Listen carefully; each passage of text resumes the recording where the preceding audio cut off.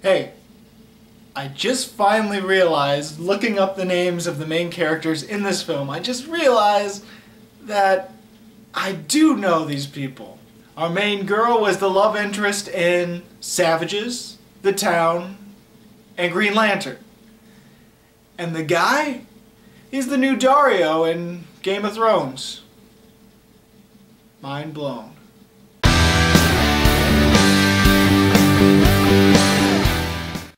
So The Age of Adaline is simply a film about this woman who gets in an accident and by some freak occurrence she is unable to age. That's right, she can live forever and she will always be 29 years old.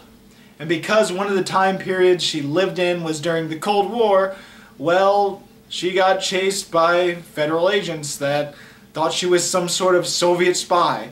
And so ever since she's been on the run, and every 10 years she completely changes her identity and starts anew.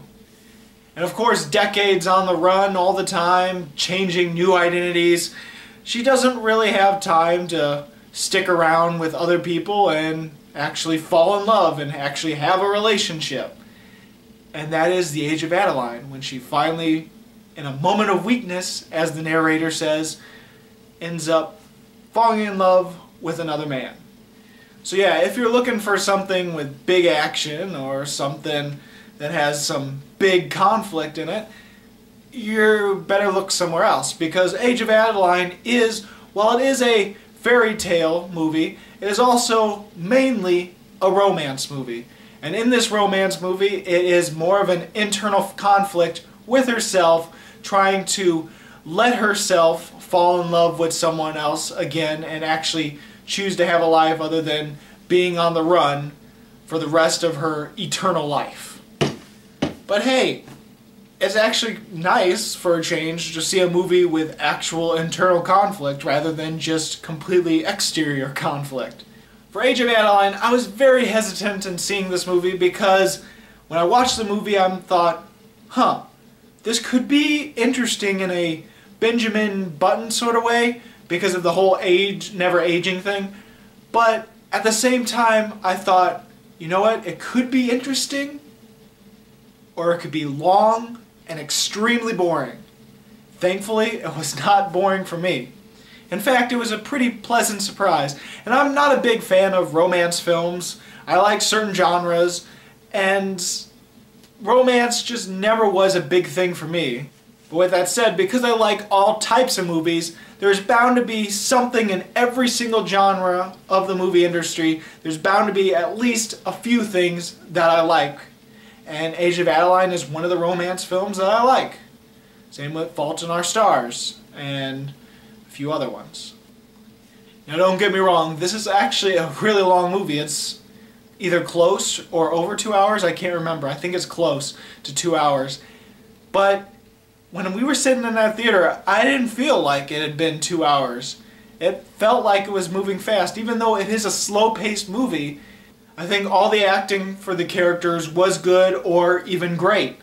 Now what could have easily bogged down the movie and probably make people not like it as much is all the times where it tries to be intelligent and tries to throw a little bit of a science fiction into the mix. Yeah, overall it is a romance fairy tale, but they try to throw in this scientific knowledge and scientific theories and all this stuff into the film and trying to explain the mystical thing that happens with her never aging, but it doesn't really quite explain how it happened, just what is happening that's keeping her from aging.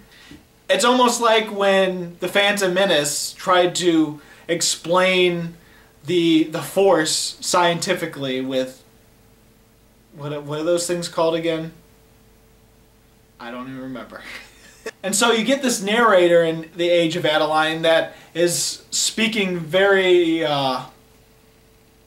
scientifically and throwing out all these theories, and he could have gotten really overbearing, but there's some personality to it, and it has this very omniscient fairy tale narrator It's just throwing in a lot of scientific facts and theories and jumbly yada yada stuff.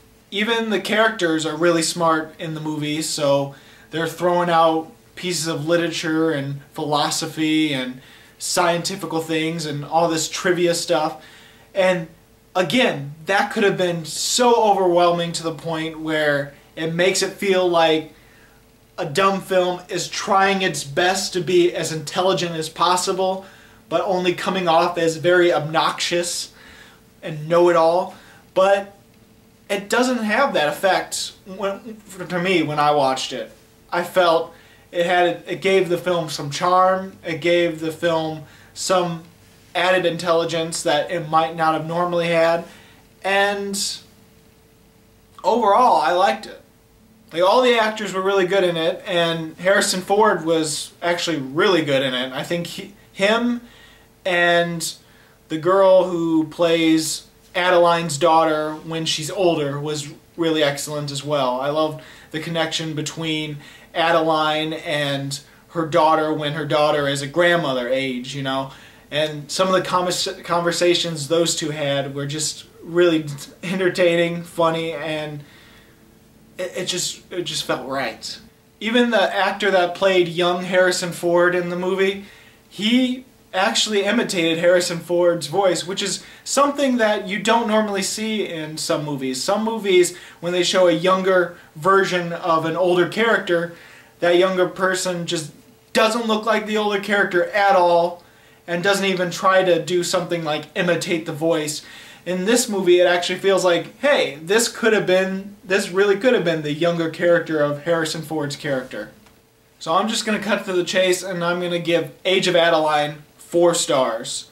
It's really good. I recommend seeing it if you're into romance films or fairy tale type films with romance. So have you seen Age of Adaline? What did you think about it? Go ahead and comment. If you haven't seen it, what is your favorite fairy tale romance film? As always, this is Bruce Gifford, and this was Just My Opinion.